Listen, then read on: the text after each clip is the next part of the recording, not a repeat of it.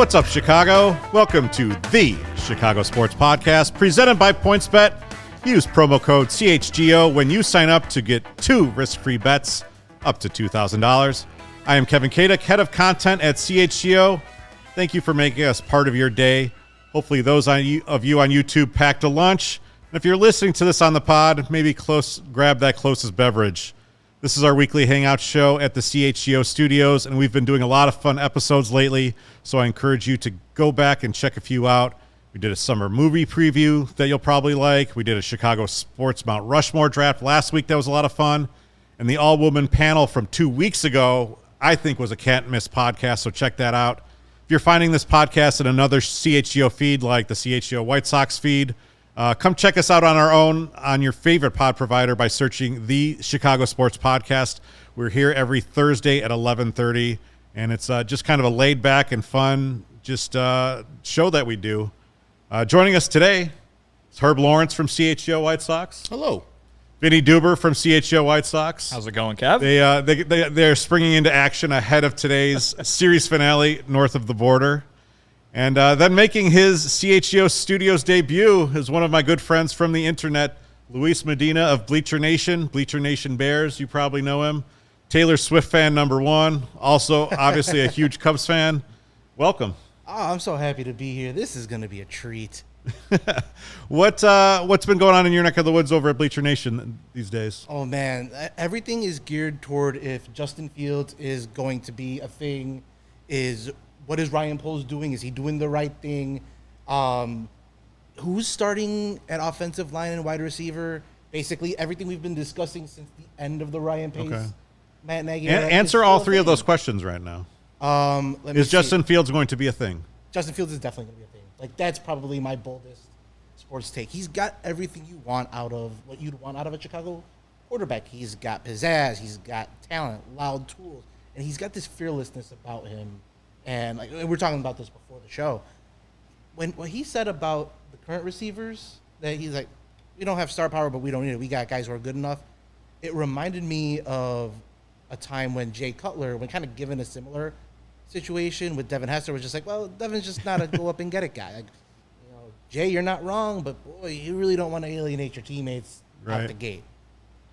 Does Ryan Poles know what he's doing? Oh, well.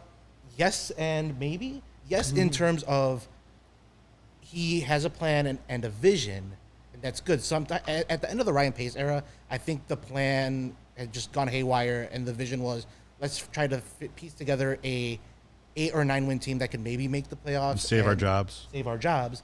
But this, it's not even a teardown because Pace left kind of a barren roster, but like clearing cap space, taking on short-term dead money to be $90 million under the cap next year. It's a solid plan. I like it. Yeah. Well, I think it's going to be an interesting season. I think it's probably going to be a controversial season with the way they've built this team, but I think that we do need a little bit of patience.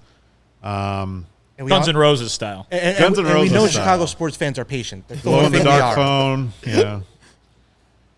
We're going to be talking a little bit about the Bears later in the show. We're going to be talking about our actually favorite Bears memories. Herb and I are the only 2 on this panel old enough to remember the Super Bowl 20.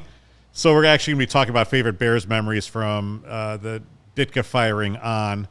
We're also going to be talking about Chicago summertime favorites. It's an unbelievable day out in Chicago today. It's like blue skies, 76 degrees. I feel like end of school when the teacher used to gather you all up and say, we're doing school outside, and I really wish we could be doing this podcast outside, maybe on the roof here, because it is that nice. We don't have the technological capabilities to do that, and I think the garbage trucks would be too loud. Yes. But I sure would like to try.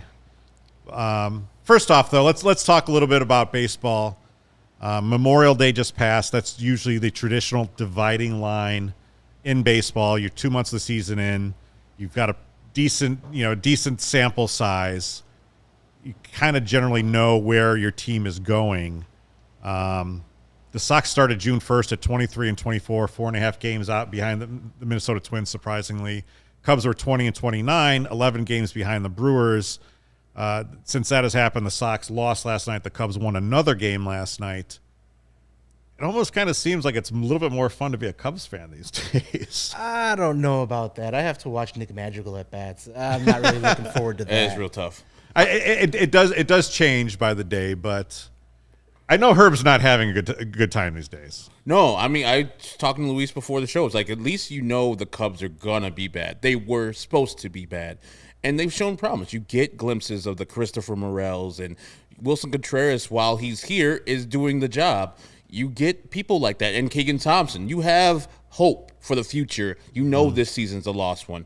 For the White Sox, it was promised World Series. It was promised being better than just winning the AL Central. Now, we're like, can we win the AL Central? Maybe. Their guys are just playing underneath what they're usually playing, and so it's so frustrating to know that we're almost 2 months into the season, and this team hasn't played even close to the potential. So, these games are a chore because they're boring, too. They used to be a fun team. They're kind of boring. They don't score runs, and not scoring runs leads to boredom and leads to people complaining more. I think if it was the opposite, the White Sox are just scoring all the runs and the pitchers sucked, people would be like, well, at least the games are exciting. Yeah, they're losing, but, I'm enjoying watching all these home runs go over the fence. But, it's the opposite. Everybody loves those fireworks, man. Mm-hmm. It is. Vinny, you're in the clubhouse. What's the mood like? I mean, you can give the White Sox credit for this. They are the same group of guys every day. You know what I mean? I mean, they kind of part of why this future was so exciting for them, for them individually, was because they had created this culture and this group of guys going back, to the beginning of this with Ricky Renneria when he was the manager, and certainly Tim Anderson has a lot to do with that as kind of the attitude and the heart and soul of this team. They show up, they're having fun, when they won a game in Kansas City, we walked into the clubhouse in Kansas City and Jose Abreu was just yelling and laughing at the top of his lungs and everybody was yucking it up.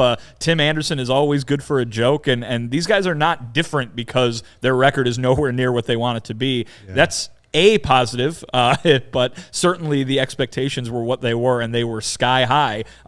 You see the lower third on the screen there, baseball's dividing line.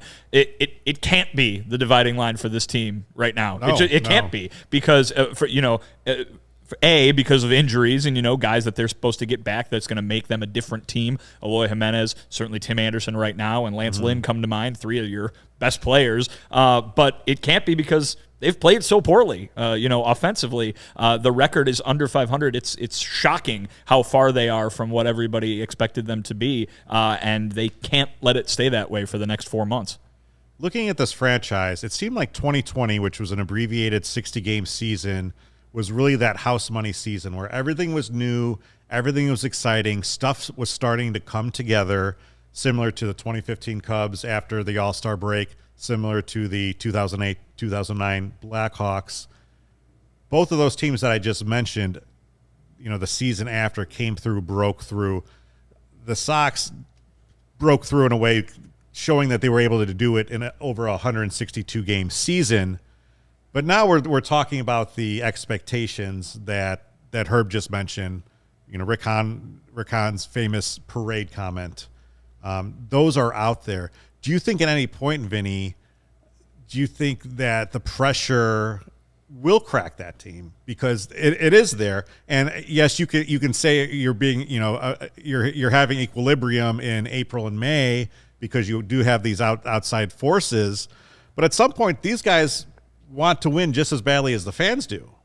Absolutely. I think you've heard the word pressing an awful lot in the first couple months here. Guys trying to do too much as a potential diagnosis for what's wrong with the offense. You see guys maybe going up there in a stretch where they're only scoring 1, 2, 3 runs a game, trying to hit a 10-run homer and break the dam all by themselves. You can't do that. And, talking to Tim Anderson before he got hurt, his message was you got to just be the same guy. And Jose Abreu has always had that same message. What a surprise, then, that they're the only two guys that are clicking in this lineup right now. Andrew Vaughn, very similar, a guy who's just like, yeah, whatever you throw at me, I'll do it. Doesn't matter who's on the mound, doesn't matter where I'm batting, doesn't matter where they want me to play, and he's producing as well. Maybe it's no surprise that the guys that are constantly professing that attitude are the ones who are producing in the midst of this right now. Not that the other guys don't think that way as well, but it has to be different. And I don't think it's really anybody's fault other than the guys aren't going up there and getting the job done. They're not executing. There's not maybe an easy head to roll, so to speak, but it has to be different. It has to change, and they have to get some more offensive production from the vast majority of their lineup if they're going to come anywhere close to reaching those expectations. This White Sox thing is giving me 2017 Cubs vibes. Remember with the 2017 Cubs, they got off to kind of a slow start. There were injuries, there were players not playing up to their expectations. And I remember Joe Madden kind of being a calming force, being like, hey, you've done this before. You've hit the wall before. Just need you to push through it. And this is where, man, I didn't like the Tony La Russa hiring. It didn't make sense to me. But this is where someone like him can really make a difference. Like, hey, look, you guys went through some tough times last year. You won a division. I've been a manager who's been through some tough times. I've won World Series. I've coached Hall of Fame players. We've got talent here.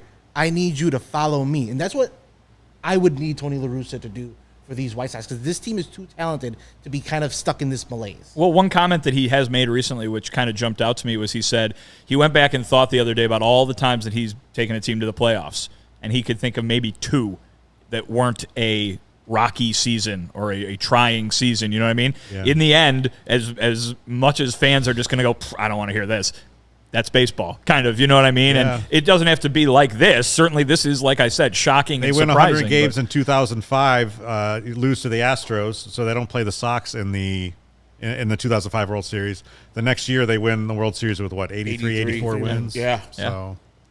Yeah, and that's the thing. Like, I think White Sox fans are conditioned to the 2005 season, how incredibly easy that season was, except for September. Otherwise, playoffs, a breeze. It was so easy. And, yes, this is going to be tough for the White Sox to win the AL Central. I know expectations are higher than that, but I have confidence that they're going to play better in this. And Minnesota's Minnesota. They're not that damn good. So. Minnesota isn't as good as they are right now, right? No, not at all. And their pitching is faltering every second. So, yeah, they're going to be coming back to the Sox, and the Sox are going to ascend to the heights where they should be. So what's your anxiety level at, Herb? Like 1 to 10? I'm not too worried about the White Sox winning the Central, so that's probably like a 4. But as far as winning the World Series, that's already gone. I look at the other teams. I look at the Dodgers, like that's better, much better than the White Sox. Even though the White Sox played the Yankees pretty tough, I think won 3 out of the 7 games. That team is better than the White Sox. So I already focused on hey, just get in the playoffs, because anything can happen. Because the pitching staff, with the 4 aces they have, can go to the playoffs and shut people down. And all you need is what the White Sox are scoring now, 3.6 runs a game, and you'll grab a dub in the playoffs if Lucas is on, if Lance Lynn is on, Kopech, and Cease.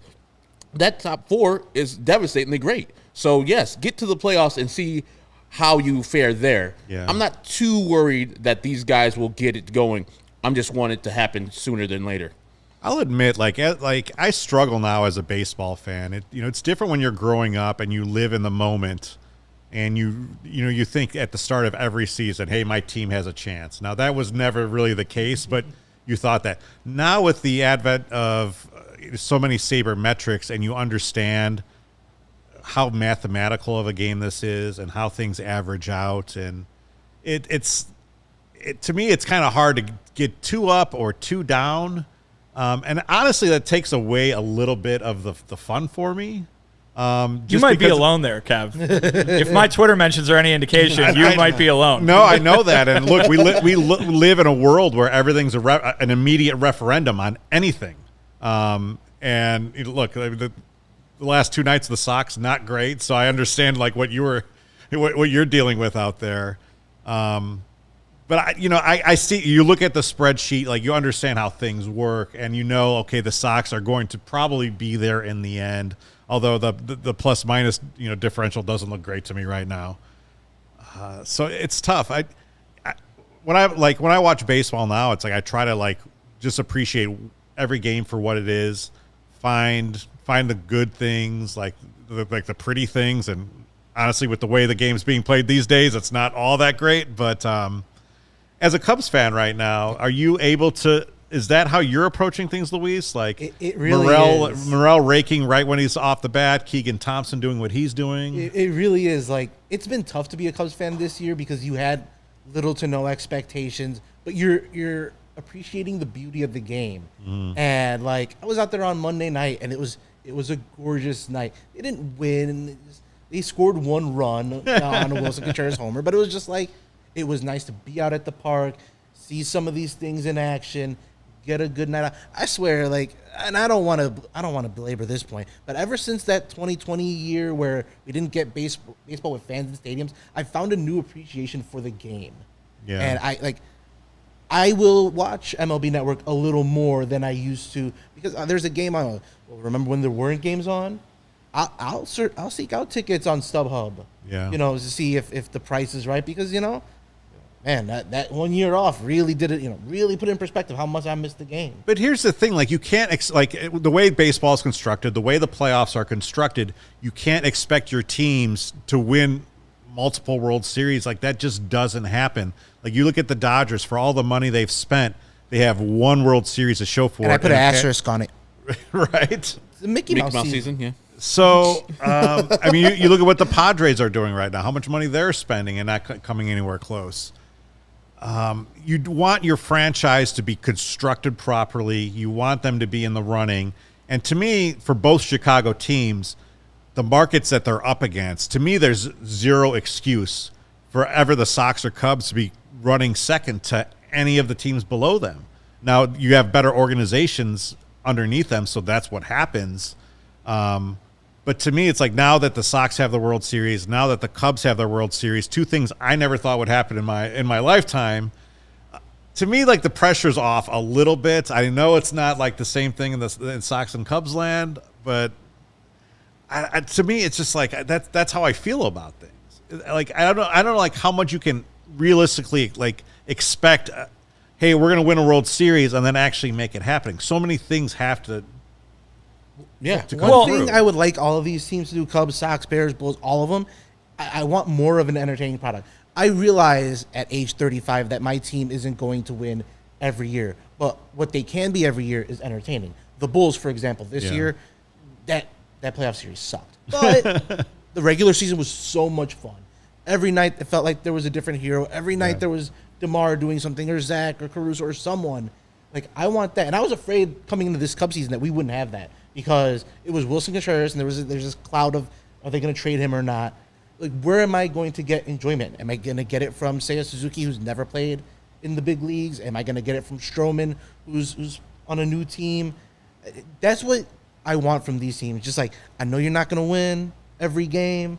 If you give me an entertaining product, you're going to have me hooked. Yeah. It's an entertainment business, after all.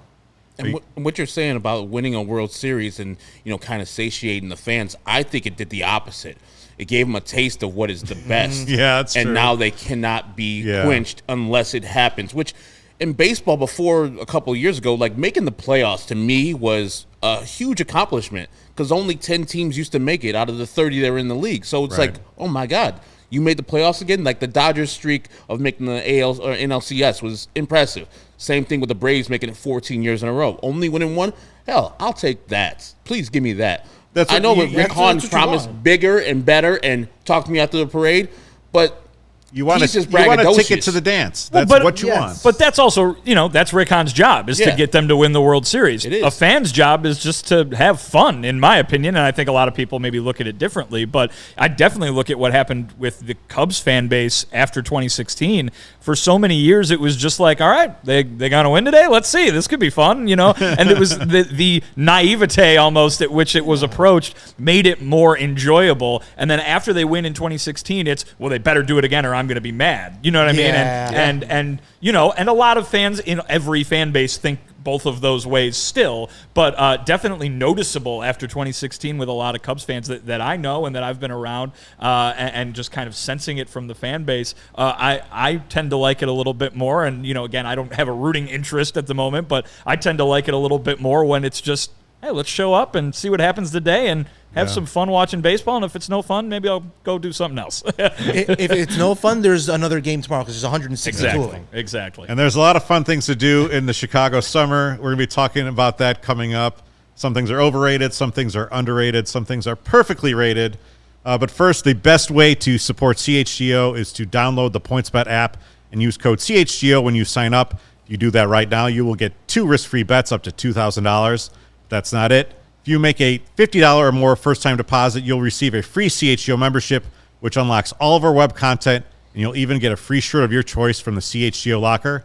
That's $2,000 in free bets, a free CHGO membership, and a free t-shirt from the CHGO locker, all for making more than a $50 first-time deposit at PointsBet. If you have any questions, you can email pointsbet@allchgo.com, and we will help you out. PointsBet is your home for live and play betting, and it just got even better.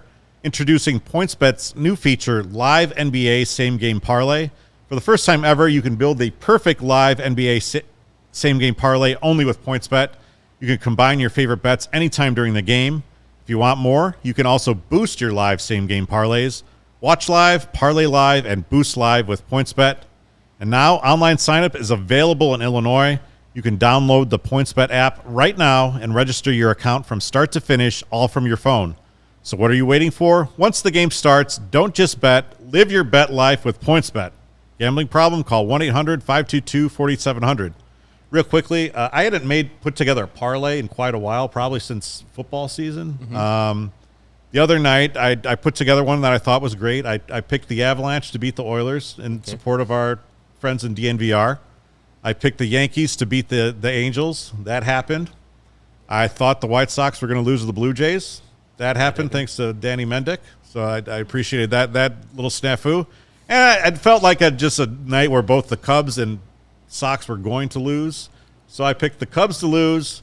I actually went to bed with them down. I thought, all right, great. I just cashed in about $210 I didn't have before. Woke up to see the Cubs actually pulled off a comeback victory. So I don't know if I deserve that or not. But. I mean, always betting on the Cubs either way is bad because you don't know which team's going to show up. So, All right, we have a new sponsor. I have to tell you about OWYN, which stands for Only What You Need. That's OWYN. OWYN is a 100% plant-based protein shake that gives you nutrition that works as hard as you do. All of their products are free of artificial ingredients, allergen-friendly, no gluten or dairy, and easily digestible. We just got some samples of these here in the office. I had the strawberry banana this morning. I feel great. Combined with this perfect day outside, it's going well. So I first heard about OWYN from Chicago Bears quarterback. You may have heard of him, Justin Fields, who follows a plant-based diet. OWYN and CHGO have partnered up to give you an awesome offer. You can get 20% off your first purchase at liveowyn.com. That's LIVEOWYN.com. And use the code CHGO20. So join me and Justin Fields and try OWYN. That's only what you need. You guys tried it yet? Tried it this morning. Chilled. It's delicious. Chilled. I would say definitely try it chilled. So. Try it chilled. I had the strawberry banana like you did. It was delicious. I'm a big strawberry banana guy. Can I just have strawberry? Is there just a strawberry option? There's some chocolate back there. You can take some on your way out. Salted I'll caramel. Yeah. Sea salt caramel. Yeah. I'm not a strawberry banana guy. One or the other. That's like one of the better combos you can have. I don't like them together. What about blueberry and banana? I don't like blueberries at all. Oh man. Raspberries though. Peanut butter and banana? Don't like the peanut butter and Elvis. banana. Scooters? Good on a burger. What is Blueberry? peanut butter? Peanut butter. Uh-oh. That's a little tough.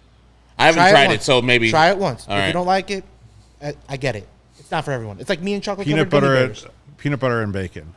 I mean, it's like I told people, like I like chocolate and peanut butter together because it's the best combination. But individually, no, I don't like peanut butter eating by itself or chocolate by itself. It's kind of weird to me. What? You don't like peanut butter? No, I mean I love peanut butter and jelly, peanut butter and syrup, peanut But you butter can't have and peanut butter by Nutella. But peanut butter by itself, just eating out of the jar, disgusting. I don't know if I'd go quite that far. I have college roommates who did that. I think we can all agree the best combination is Chicago plus summer. Undefeated. Undefeated. Nothing better. I appreciate everyone joining us on YouTube today. This segment is called Overrated, Underrated, Perfectly Rated. We have a few Chicago summertime traditions. Some are better than others. I'd like everyone in the comments to kind of go along with us. We'll kind of keep score. I'm going to throw out a Chicago summertime tradition. I want one of you three guys here on set to throw out: overrated, underrated, or perfectly rated. We will argue from there. Let's just start with probably the biggest Chicago summertime tradition, one that we participate here at CHGO in the Cup League. We are 1-1 after 2 weeks. That's the Media Softball League. 16-inch softball. Properly rated. I was going to say that. Properly rated because it's unique to Chicago.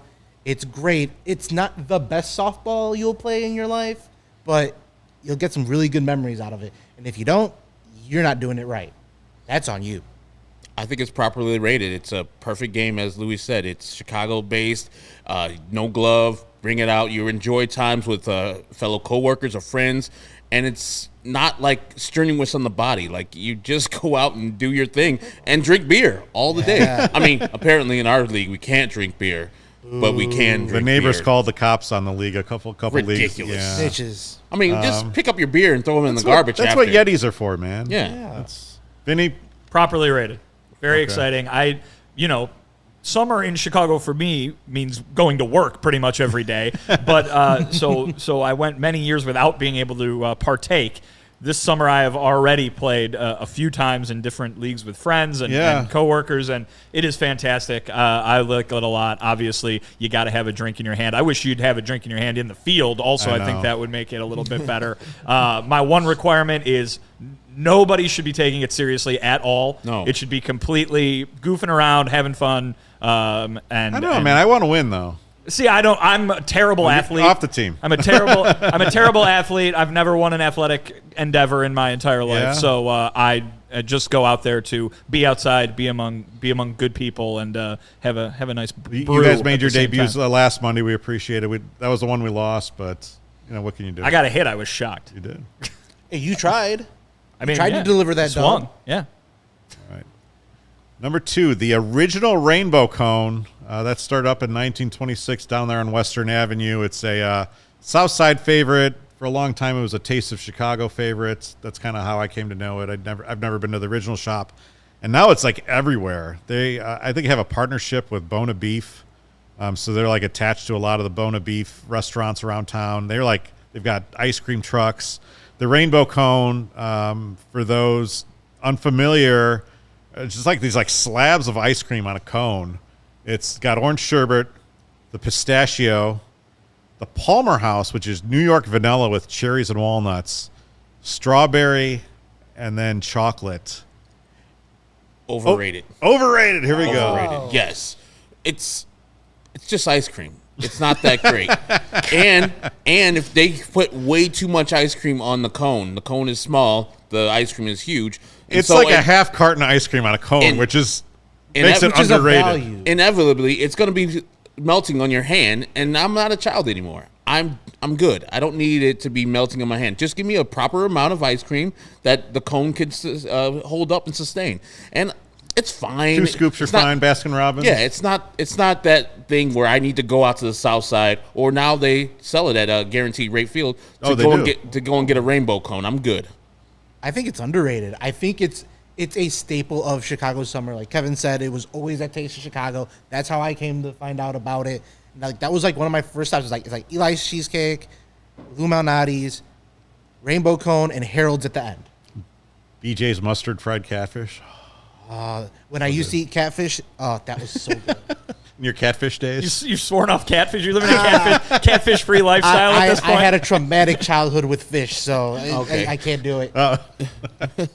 I am not applicable. I have not had a rainbow cone. Gotta change but that. here's the thing. I love a Chicago original food item, so I'm willing to say I will enjoy it even if I don't enjoy it. But I also will not go anywhere for it but the original location. Okay. I'm not going to have it in the park. It's the same ice cream everywhere. But no, I would need to go to the one. They just opened one within the last couple of years right near my fiance's parents' house on Roosevelt Road out in the suburbs. And so I drove by it a million times. But I'm like, you know what? No. Lombard, yeah. No, I'm not going. I'm not going to have an original rainbow cone in Lombard. I'm going to go down to the south side and get it. Lombard hate. Give me.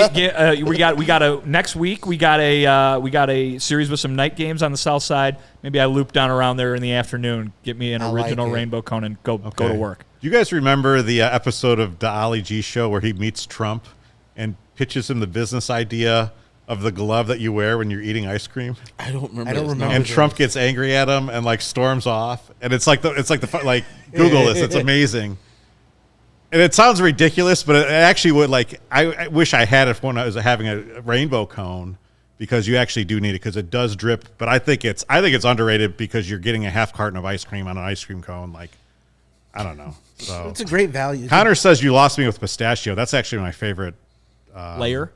favorite layer on Your favorite sediment of ice cream? I would never eat Sediment of ice pistachio on its own, but in the cone, absolutely. pistachio donuts. Our producer Lawrence just brought a pistachio donut from Reese's today. So, all right, moving on. The summer festival that takes over Grant Park with thousands of drunk and high suburban kids. I think you know where I'm going with this one. I wonder whether your opinion's Lollapalooza. going to lie here. That used to be That me. sounds great, Kev. Oh, I thought you were Ooh, gonna. oh, I thought there was something very, else. very overrated. The most overrated. Well, I shouldn't be the one to speak first. Vinny's the one who likes the music the most, so you might want to talk about this Lollapalooza. I mean, again, it's an opinion thing. It's a taste thing. In my opinion and to my taste, it's terrible. They never have any bands that I like. So, I mean, I'm not there, but it's not for me. You know what I mean? It's Yeah. not for somebody with my taste. It's for high school students who can drink out of a water bottle on the Metro, obviously. Yeah. So Stay off there the you Metro go. that weekend. That's who it's for. Go to a thrift store and whip out what is now probably your dad's Muggsy Bogues jersey and go down to Grant Park and ruin the city for a weekend. It is elite people watching, but it is overrated. Now I've been, and I've only been once, and it was a great show. It was the Outkast year. Okay. Like Outkast did their first show in God knows how long. Nas played earlier. He did Illmatic, front to back. Who else did I see? But that's the thing. It's not for everyone. You have to have a certain show, a certain artist. But the rest of it, man, I could have done without, man. Too many people who weren't there for good reasons or had no idea they were there in the first place just kind of, harshen my vibe, man. That should have been an immaculate night. And it was a great night, but it's too much.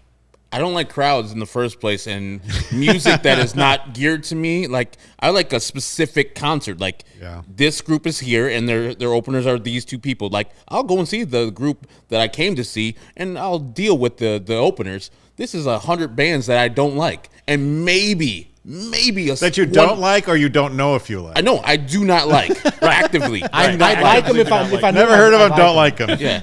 Once I got 35, I pretty much stopped listening to new music unless somebody's like, "Hey, this is a song that a group that you kind of like, and this group kind of sounds like them." What was the last band that you got into that like a new band? It's not even a new band. It's an old band that has new albums. It's Incognito. So it's been around for 40 years, but I got into them because somebody's like, "Hey, you like this, so you should like Incognito," and I did, and they're awesome. And same thing with Foreign Exchange. Yeah. I got into them after I was 35. I will say this: what is not overrated is music in Grant Park, Millennium Park, for sure. I've had some great times at Blues Fest, Chicago Blues Fest, where you're listening to music that you enjoy. It's not quite the zoo that Lollapalooza is, and you look up and you look at the skyline, and it's a beautiful summer night, and you're like, all right, I can do this. Like that is definitely it. It is just the kind of very specific Lollapalooza vibe that I think we are all down on. Music outside in the summer in Chicago is like a top 3 summertime shy thing. Any music outside, whether it's Blues Fest, whether it's like a cover band at some other fest that you're at, there's always something good. That's why Lollapalooza is overrated. You can find really good music at any time, anywhere this summer. I'm not going downtown to spend $200 for acts that I don't even like. And you go elsewhere in the city, you walk around neighborhoods, there's more low-key, spots that you can be in. You're a block from a great restaurant. You're down in Grant Park, what do you do afterwards? You have to find a way home. Yeah. For sure. So I've actually never been to Lollapalooza proper here. The last one I went to was in 1996. It was up in Rockford. The headliners were Soundgarden and Metallica. Okay. My buddy fell while crowd surfing during Soundgarden. and broke his arm. We had to take him to like Rockford General Hospital or something. Oops. And They had Lollapalooza in Rockford. yeah, and we saw the Ramones were on there, like Psychotica, Bad Religion, I think. It was a great lineup. But the thing I like about Lollapalooza, and I think I'll just say it's underrated from a perspective of they have all these like after shows, and that's what I've like kind of really benefited from having it here. Like I've seen the Heartless Bastards like the night before. They're good. At City Winery, awesome. Yeah. I went to the Soundgarden had their reunion, and they did a show at the Riv, a surprise show. My brother and I both jumped on, got 2 tickets apiece, went to see Soundgarden at the Riv, 20 years after I'd seen them first or whatever at Aragon. And we had 2 extra tickets. We sold them to 2 employees from Google for $600 a piece. Yeah. Wow. So we did that and like made $1,200. So you're saying that the best thing about Lollapalooza is not having to be at Lollapalooza. Exactly. My friend used to work for Rolling Stone. Like they'd have like lounges where we saw Run the Jewels there, like super cool. Okay. Dale, you buried the lead. The Ramones were at that concert too. Apparently, You said that, yeah. You mentioned okay. it. But my goodness, Dale that's a Chi-Town. great He was there They too. should have been headlining. Yeah. So full circle, Metallica is actually the headliner this year. But they say like you can judge how old you are before getting to like how many like lines down can you read on the Lollapalooza before not recognizing a band. So I only got to the second band before not having any idea. Metallica's the first list, then Dua Lipa is second. No idea. I know of her. J. Cole, I don't know who that is. Oh, we got to get you on J. Cole. Green Day, I've heard of them. Then the second line is Doja Cat, never heard of them. Machine Gun Kelly, I have. It's a one person. Lil Baby, I have. Kygo, I have. So I don't know what any of that last thing. Everything know after if I- Green Day Words was put a together. foreign language. the first band that I would want to see is on the third line, Billy Strings. That's a jam band. So Okay. Good. That's good. That's good stuff. all right, Yeah, but would you pay $200 for no, that? Absolutely not. On it, yeah. All right. Street fests, overrated, underrated, properly rated. Underrated. 100% underrated. This is the best thing, I believe, in Chicago in the summertime. You get to see different, as Vinny says, you get to see different areas that you probably wouldn't go into. Like, even though it's kind of cliche or cliche, dude, Division's pretty cool. I like that. There's areas by my place. I live close to the Argyle stop on the Red Line, so they have a street fest for like Vietnamese. It's really nice to sample food that you would never eat. Yeah. Not in a million years. Like, oh man, okay, good food, good entertainment, good music that you wouldn't be exposed to. And every Thursday by my house too, they have like live just concerts or a DJ just playing some music. Like, what can be better? Being outside, I know we're still in COVID, but having the fresh air, the great summer, at night, the breeze is blowing. Beer tent. And drinking some beer, eating some good food that you wouldn't otherwise. Yeah, it's great. Last summer, and it might have been like October, but went to Taco Fest in Lakeview. Yes. Right along Southport there. Drank a pina colada out of a pineapple.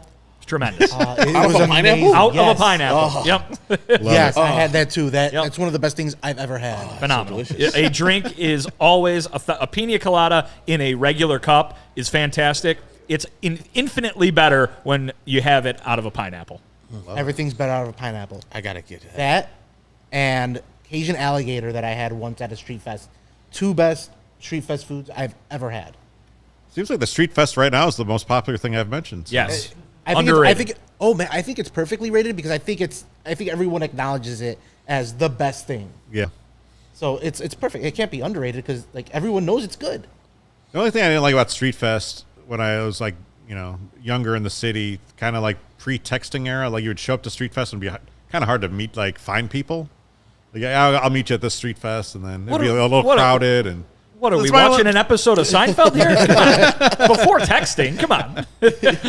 yeah, like I don't know, I got into texting like 2006 maybe. No, but that's good though. Like I do kind of miss that. I kind of miss the randomness of meeting random people, and then you meet your friends there. Yeah. You see your friends there, and you didn't expect. That's a joy. That's a joy. The pleasant surprises of summertime Shy. But also, what you're saying with texting, like back in the day, we said, hey, we're meeting their specific place at 8 o'clock, so you better be there. If your friend wasn't there by 8:10, you're like, Joe's dead apparently because he didn't call me, and we have no other way to communicate because we only have house phones. So my friends still know to give me 15 minutes. Puerto Rican time, man. It runs in my mother, my grandmother. It's 8 o'clock for Luis. 8:15. You know we're gonna be late. I appreciate that you showed up to this on time. It's a minor miracle. It really is. All right. This is one I actually haven't partaken of. I used to walk along it on my way to my old job. But I've never hung out there. I don't know if you guys have the Riverwalk. Ooh, the Riverwalk. Perfectly is rated, really I would good. say. Yeah. It's nice scenery. It is downtown, so it's not as nice as being in a neighborhood kind of thing. But it is very enjoyable to walk along when the weather's nice. It's great. You look up and you see the Wilco album cover, and it's a nice time. And I think they've got a lot of stuff out there. I haven't really done anything but just walk along it. Yeah. But I think they've got bars and stuff down there there now, bars, right? yeah. So if you're looking for a good first date place, I would recommend walking Riverwalk. My wife might be listening, so I'm not looking for one. we're going on a. why don't you take your wife to the Riverwalk? Yeah, that's That would be like our 13. Is it a good 1300th Yes. date place? Yes. Yeah, no, They okay. have. I know. Sometimes I drive down at night. I don't know what day it is. Wednesday or Thursday, where they have On artwork on the top, mart. on top of the Art on the mart, merchandise mart, and Yeah, you're that's right cool. there. You're on the Riverwalk. Tomorrow we're going to take an architecture tour, and then afterwards. That's the next thing up, the Chicago Oh. Board Architecture Tour. Oh, I jumped the gun, but we're gonna go on the Riverwalk after because that'll be my Okay. first time. I've heard there's only great things there, and go and see the Wilco album. What is that? The Marina Towers. Yep. Yeah. See exactly what people are talking about. See if it's better in San Antonio. Yeah, we've got a new shirt in the works for CHGO that actually has the Marina Towers on it. It's pretty sweet. Oh, Have you ever been inside? Yes. I think so. My uncle used to live there. I was a very little kid, nice. so I don't really did he remember have a any of it. mustache? But I didn't have a mustache at age No, 5. did your he? uncle? I imagine that he had a mustache while living in there. Oh no, I don't think he did.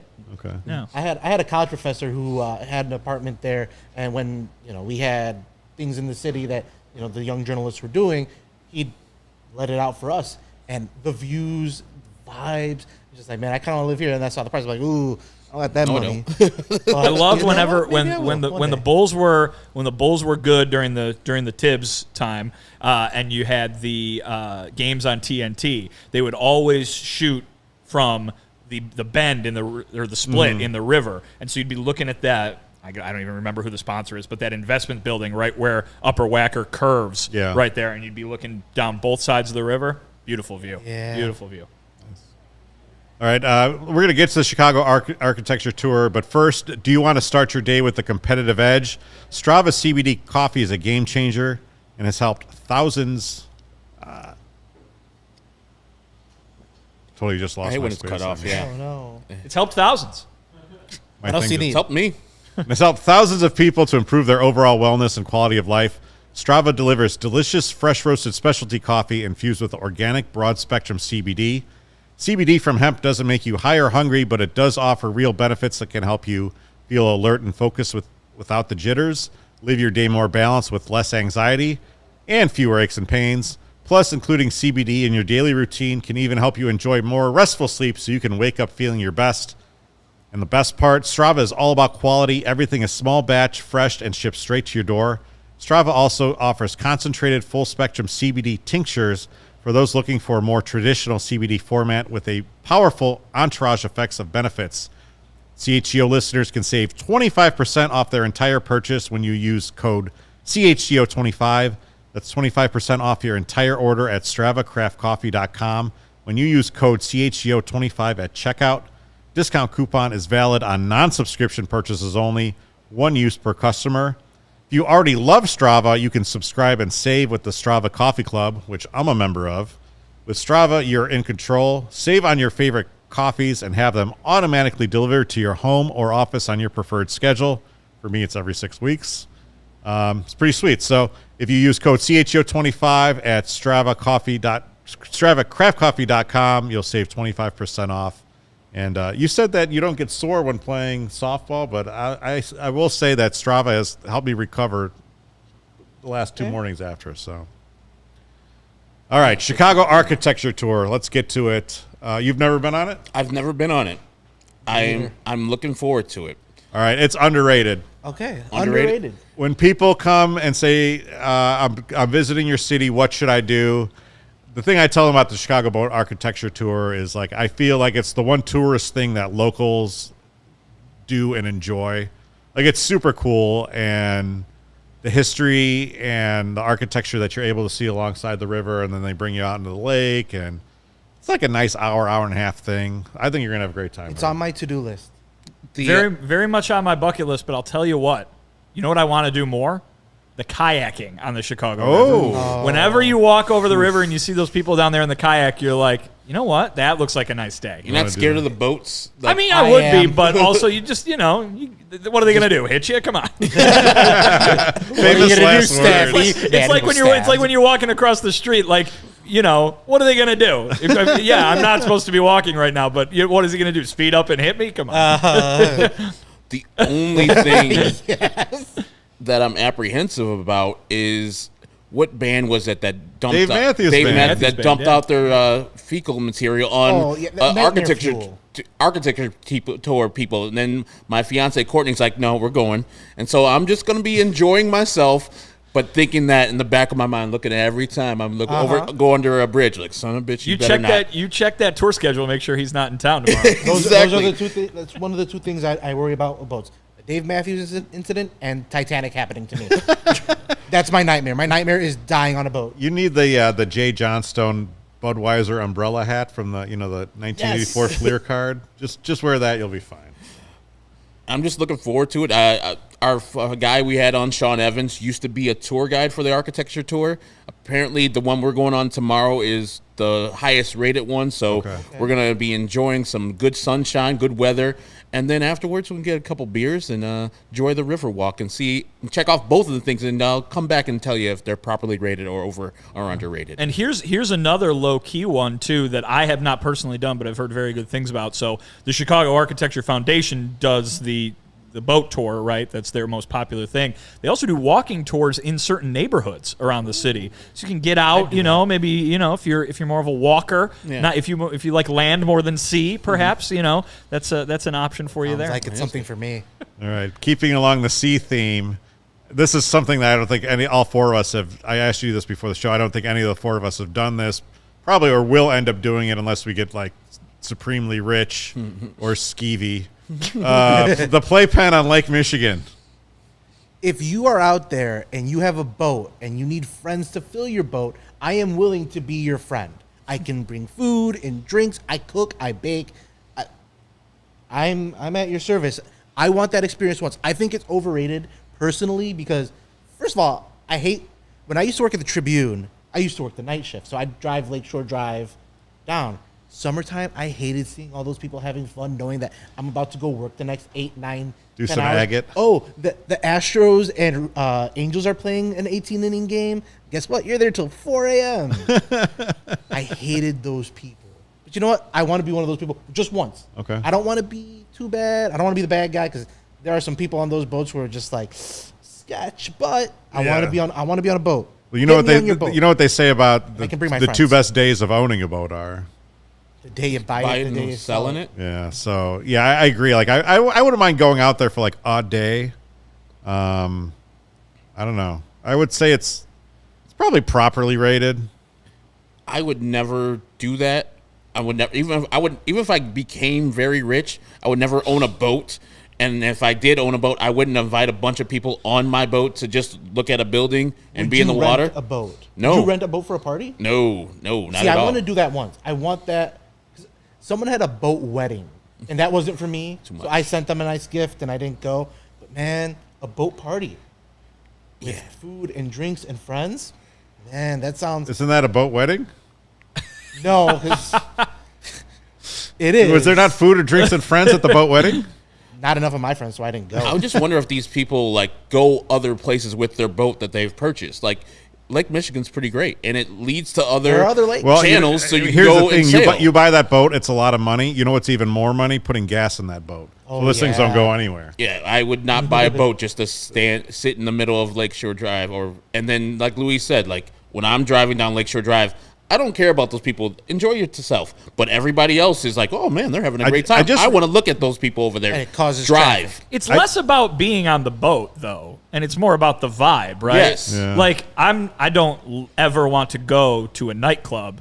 I don't care if it's on land or on a boat. Yes. Like, I don't want the nightclub vibe at all. I don't need the rich person party vibe. I want to have a nice chill time. If that's on a boat, sure, but that's not what goes on those boats. I just realized something. You guys both have great captain names. Captain Herb Lawrence, Captain Vinnie Duber. Like if I got on a boat and I found out that my captain's name was Herb Lawrence or Vinnie Duber, I'd be like, hell yes. Yeah, What and about we would Captain not be Lou? going to. We would not be going Captain to. Lou? Captain Lou works. Captain Lou does, yeah. But they wouldn't call you Lou. They'll call you Luis. They wouldn't Englishise your name like that. But yes, I would. Don't take it personally. Captain Kevin Kaduk sounds terrible. If you get on a boat with me and you see I'm on the masthead and says Captain Herb Lawrence, turn around. I do not know how to do that. If we do have a CHGO boat party, please be at night because I'm not into that whole party vibe. Captain Greg Braggs doesn't work either. Sorry. Captain Sorry. Braggs. Captain Braggs sounds like a pirate. What about Captain Glenn Braggs? Less piratey. It's pirate. Yeah. All right, let's let's close this up with farmers markets. Underrated. You didn't choose to really end on a bang here, did you? But No, we had all the good stuff with the architecture tour. Our producer Lawrence says it's underrated. sure, yeah, underrated. It's good. It's a nice local thing. I like things that are more local, less touristy. I say so, overrated. And this is what I don't like you about don't like farmers. farmers This markets. This is what I don't like about farmers markets. You go there and you're I like, don't all like right, good food. I'm going to be buying this directly from the freaking farmer. We're cutting out the Jewel or the Mariano's or the Whole Foods. This is probably going to be cheaper. And then they ring you up for like 4 peaches and it's like $15. Okay, there are certain things that are going to be more expensive. So Everything's more expensive there. really? So Yes. the olive oil that I found. Okay, when I was a kid, I used to go to farmers market over at Lincoln Square, over by the Yeah. Western Stop.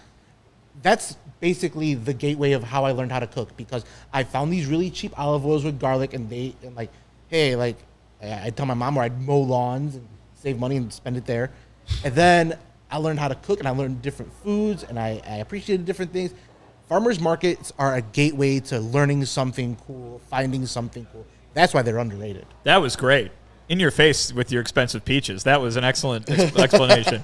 Every once in a while, you'll find some guy who's like, man, I've been jarring these pickles in my basement. And you buy a jar and you bring them home and they're the greatest pickles you've ever had. Uh-huh. So it's properly rated in that sense, but I think it's overrated because of the price. I think it's also an activity too. You know what I mean? Like that's Yeah. going to Jules is not an activity. You just got to go and pick up, a case of Going to, Jules. going to Mariano's is an activity because they got a piano man and a bar. Do they? I mean, I've seen a couple times where they have a piano guy, but usually Usually it's closed. Yeah, he plays very limited hours. and they used to have like samples and such. But farmers markets, I They're got always my there. first Asian pear there, and I was like, "This is heaven."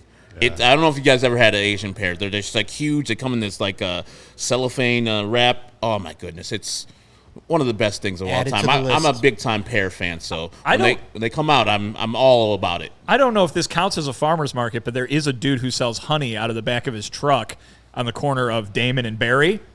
I drive by that a lot, so if that's a farmer's market, there you Make go. sure that's actual real honey. I remember there was a guy who used to sell watermelons at like Lawrence and Manor, and you look at the stickers, he still got the Jewel Dominic sticker on. Like, man, you're gonna rip off a whole bunch of people. Like, fool me once, that's on me.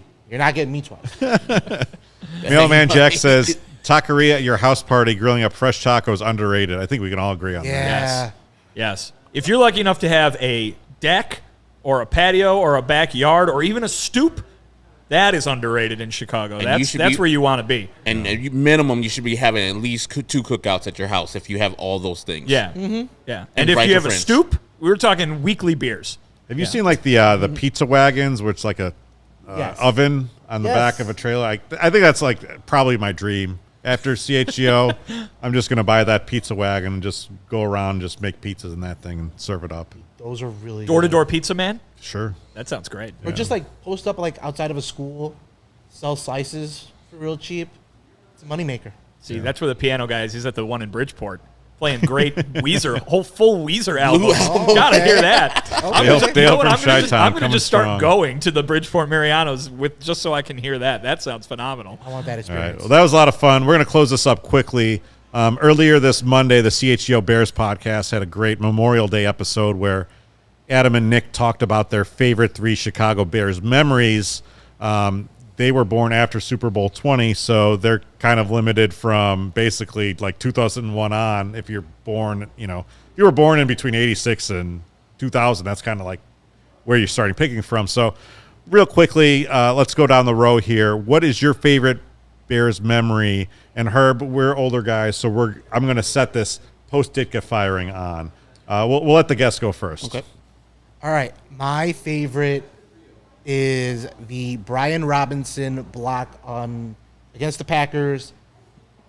Won the game at Lambeau right after Walter Payton's death. I marked that as the moment I was all in on being a Bears fan.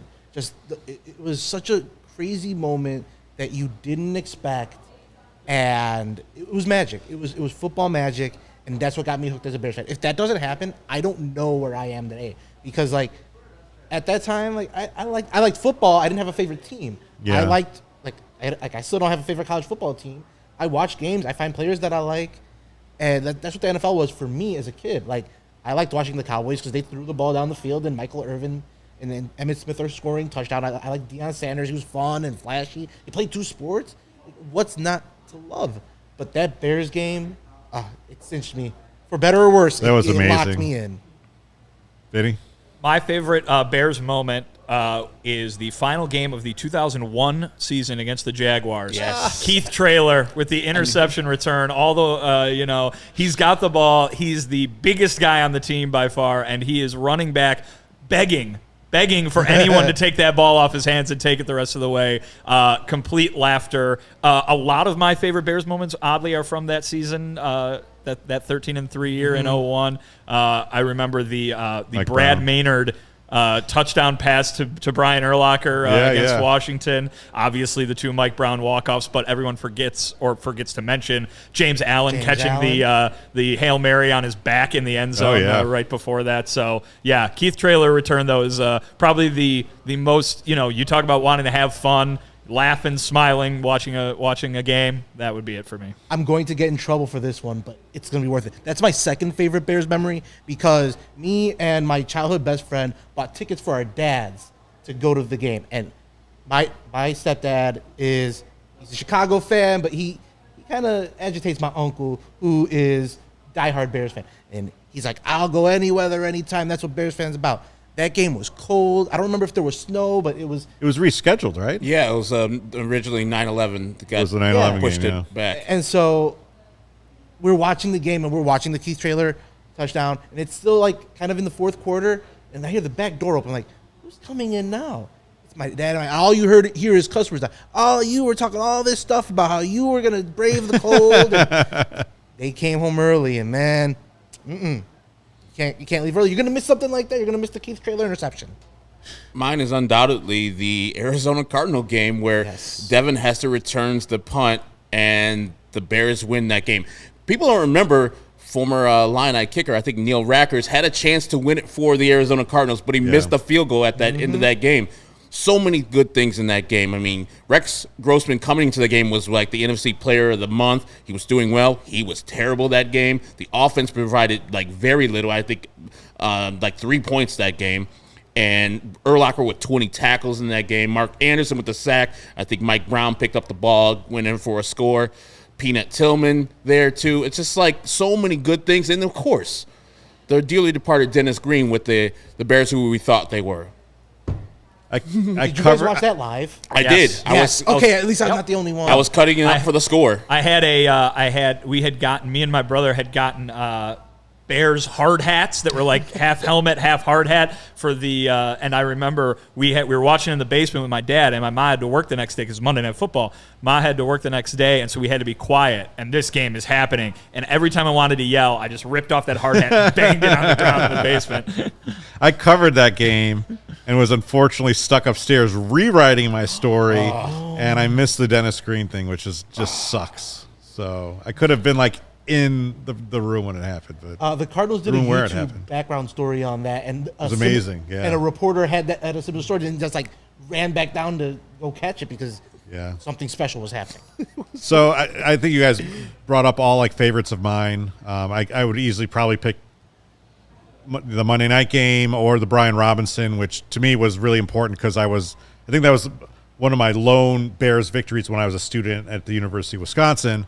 One that doesn't get mentioned though, and I'm going to mention here before we close things up, is just the win at Soldier Field over the Saints to get to that Super Bowl. Yeah, that was special. No one really mentions that, and it doesn't really get romanticized. But it was such an awesome day. It was kind of flurries, and then it was like really snowing by the end of it, and the Bears just kind of came through and really kind of took it to the Saints in the second half. Rex Grossman actually had a few good throws to Bernard Berrien. Beat twice. That game Wow. that game got Bernard Berrien paid. It did, yeah, it did. And then at the end, for as much crap as we give the McCaskies, still pretty cool to see Virginia McCaskey, holding up the trophy at the end, and Urlacher was on stage, and we should have more of those memories. You didn't even mention my favorite part, the Reggie Bush taunting touchdown. Yes, and you could just see with the defense, like, okay, they're not going to do that again. yes, That was a special moment of a special season, of a special game. I wish we had more of those to really kind of go back on, but They're coming. Whatever. So We got Justin Fields. We're coming. this was a fun hour. Thanks for joining us. Yeah, this was a treat. Everyone, make sure to check out Luis at Bleacher Nation. He needs no introduction because he's been doing it for such a long time, and Please is and so thank good you at what he all. does. But we love having you here, and we want you back. During the season too, to talk little Bears. And Vinnie and Herb, you have a lot of Sox to talk today, so good luck with that. Thank Yeah. you for pulling some double duty coming today. right up in an hour. 1:30 pregame. Yeah, pregame in an hour. And you guys have a big announcement on that too. So we'll tease Indeed. that. Absolutely. Stay tuned. So, all right. This has been the CHGO Sports Podcast. I'm Kevin Kaduk. Thanks for joining us. We'll see you next Thursday.